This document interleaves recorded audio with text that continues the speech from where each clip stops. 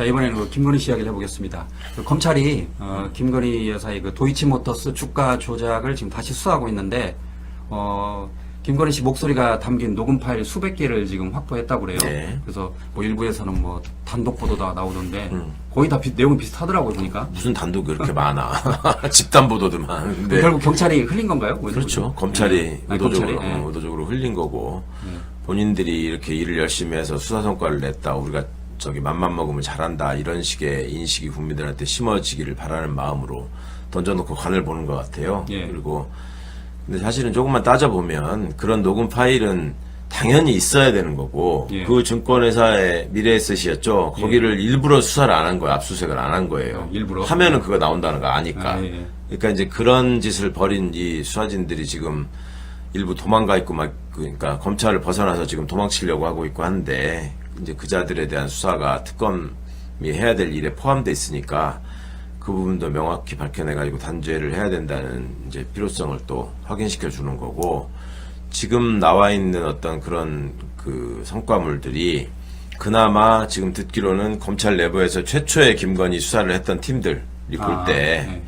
이건 너무 지금 말이 안 된다. 그러니까 그 팀이 지금 고검의 재수사팀에도 포함돼가지고 거기서 좀 기존의 그 지휘부가 못하게 해가지고 막혀있던 거에 대해서 이제는 그런 제약이 좀 적어지니까 뚫고 나와서 이제 그런 성과를 좀 낸 것 같거든요. 그러니까 그게 그냥 아우 저런 것들을 어떻게 찾아내서 애썼네 이렇게만 보시기보다는 그 안에서 벌어졌던 그 수사 방해나 수사의 왜곡 이런 것들에 대한 수사 필요가 더 커졌다. 이런 관점에서 보시는 게 좋을 것 같습니다. 어쨌든 이제 특검이 김건희 특검을 하면서 그 그러니까 검사들도 수사할 수 있잖아요. 그러니까 그 당시 이창수 지검장이나 그 조상원 차장검사 수사해야 돼요. 수사할 수 있는 게 아니라. 네, 부실 수사 의혹 네네. 수사할 수 있는 거죠. 네네. 그런데 이번에 지금 갑자기 뜬금없이 검찰이 이제 그 뭐죠?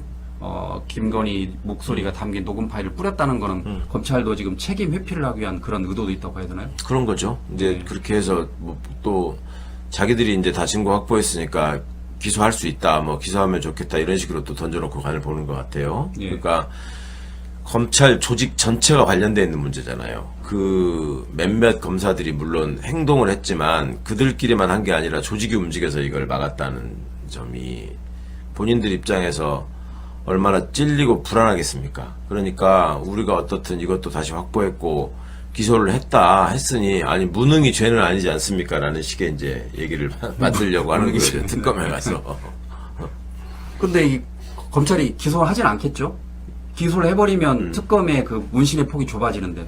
그렇죠. 네. 특검이 이제 그 부분에 대해서 또 예를 들어 기소를 하면서 예. 액수를 줄여버린다거나 예. 뭐 또 기소를 부실하게 해가지고 무죄가 나는 방식으로 기소를 한다거나 이럴 위험성이 있어서 특검이 그 부분에 대해서 기소를 하지 마라 하라라는 의견을 좀 표명해 줬으면 좋겠어요. 아, 예. 그렇게 해가지고 일단 어떤 방향을 정한 다음에 근데 기소를 한다고 하더라도 사실은 그 부분에 대한 수사는 해야 되거든요. 근데 기소가 돼버리면 약간 뒷전으로 밀릴 수가 있단 말이에요. 김건희는 지금 여러 가지 지저분한 사건들이 많잖아요. 예. 그러다 보면 후순위가 될 수 있기 때문에 우리 그 부분은 이제 민중기 특검이 담당하시는 분야니까 거기에 대해서도 특검이 좀 뭔가 의사표시를 하시지 않을까 기대합니다. 어쨌든 김건희 여사는 공교롭게도 그 타이밍에 지금 서울 아산병원에 입원을 했어요. 예.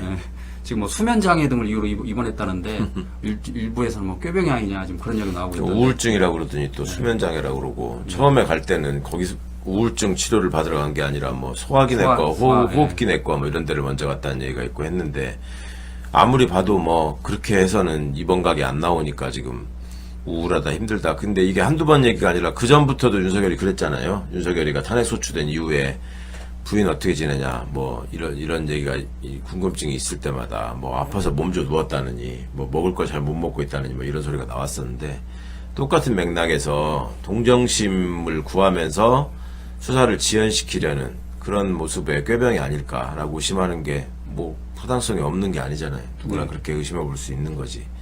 정신 좀 차렸으면 좋겠는데 정신 차릴 일은 없는 것 같고 아까도 말씀드렸지만 자기들이 한번 들어가면 이제 못 나온다는 거 알기 때문에 특검에서 김건희 출석 요구를 해가지고 부르는 날 그날 다음 날이 김건희 구속되는 날입니다. 그러니까 그건 알고 있으니까 들어가는 시간이라도 최대한 늦춰보자. 끝은 보이지 않으니 시작이라도 늦춰보자. 그 생각인 것 같아요. 그리고 거기서 이제 끌려나가는 모습을 통해 가지고 아픈 사람에게 이렇게 가혹하게 하는 뭐 이재명 독재 정권의 모습 이런 프레임을 만들려고 할 텐데 그게 그렇게 본인들의 그 바람대로 되지는 않을 것 같습니다.